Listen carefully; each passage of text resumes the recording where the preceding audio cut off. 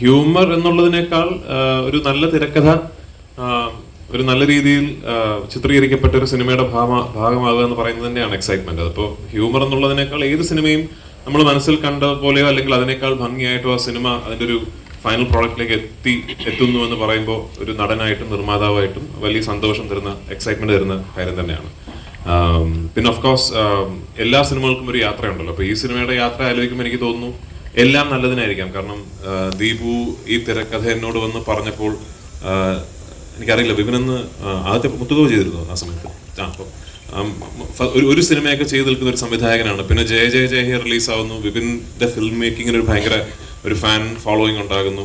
അങ്ങനെ ദീപു പറഞ്ഞ് എനിക്ക് ഇഷ്ടപ്പെട്ടൊരു തിരക്കഥ വിപിൻ്റെ അടുത്ത് എത്തുന്നു.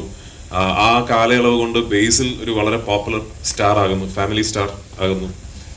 അങ്ങനെ എല്ലാം കൊണ്ടും എനിക്ക് തോന്നി ഓരോ സിനിമകൾക്കും ഒരു നിമിത്തം ഉണ്ടാവും. അപ്പൊ ആ യാത്രയുടെ പര്യവസാനം ഇന്ന് ഈ ഫോമിൽ ഈ സിനിമ എത്തി നിൽക്കുമ്പോൾ ഒരുപാട് സന്തോഷം, എക്സൈറ്റ്മെന്റ്. പിന്നെ ഈ ഞാൻ നേരത്തെ പറഞ്ഞല്ലോ, കുറെ നാളുകളായി അറ്റ്ലീസ്റ്റ് ഞാൻ ഇങ്ങനൊരു സിനിമയിൽ അഭിനയിച്ചിട്ടും സത്യത്തിൽ ഇങ്ങനൊരു സിനിമ കണ്ടിട്ടും ഈ കുറെ നടീനടന്മാരൊക്കെ ഉള്ള രണ്ട് കുടുംബങ്ങൾ, അവർക്കിടയിൽ നടക്കുന്ന കുറച്ച് തെറ്റിദ്ധാരണകൾ, എല്ലാ പ്രായപരിമിതിയിലുമുള്ള കഥാപാത്രങ്ങൾ, എല്ലാവർക്കും റിലേറ്റ് ചെയ്യാൻ പറ്റുന്ന ഇൻസിഡൻസ്, അങ്ങനെ കുറെ കൺഫ്യൂഷൻസ്, കാര്യങ്ങൾ അങ്ങനെ ചെന്ന് അവസാനിക്കുന്ന ഒരു വലിയ ക്ലൈമാക്സ്, എല്ലാ സിനിമയിലെ എല്ലാ ക്യാരക്ടേഴ്സും എല്ലാ നടീനടന്മാരും ഒരുമിച്ച് പങ്കെടുക്കുന്ന ഒരു വലിയ ക്ലൈമാക്സ് സീക്വൻസ്. അപ്പൊ അത്തരമൊരു സിനിമ ഞാൻ മിസ് ചെയ്യുന്നുണ്ട് മലയാളത്തിൽ. അപ്പൊ അത് പ്രേക്ഷകർ മിസ് ചെയ്യുന്നുണ്ടാവുമെന്ന ശുഭപ്രതീക്ഷയിലാണ് ഞങ്ങളുടെയൊക്കെ എക്സൈറ്റ്മെന്റ്. അപ്പൊ 16-ാം തീയതി പ്രേക്ഷകർ വിധി എഴുതട്ടെ.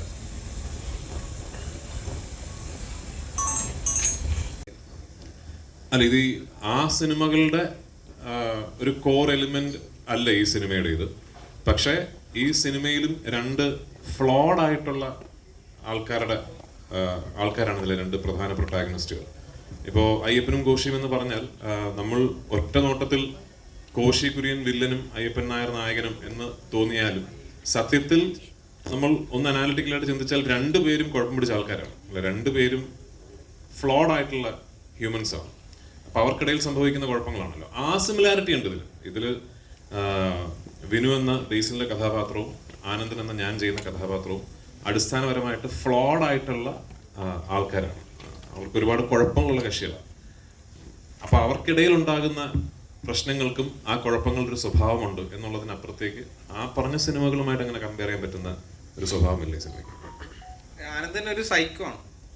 സൈക്കോ അത് ആനന്ദിനെ ആര് കാണുന്നു എന്നനുസരിച്ചിരിക്കും. മോൻ കണ്ടാൽ ചിലപ്പോൾ സൈക്കോ ആയിട്ട് തോന്നിയേക്കാം. അറിയാം.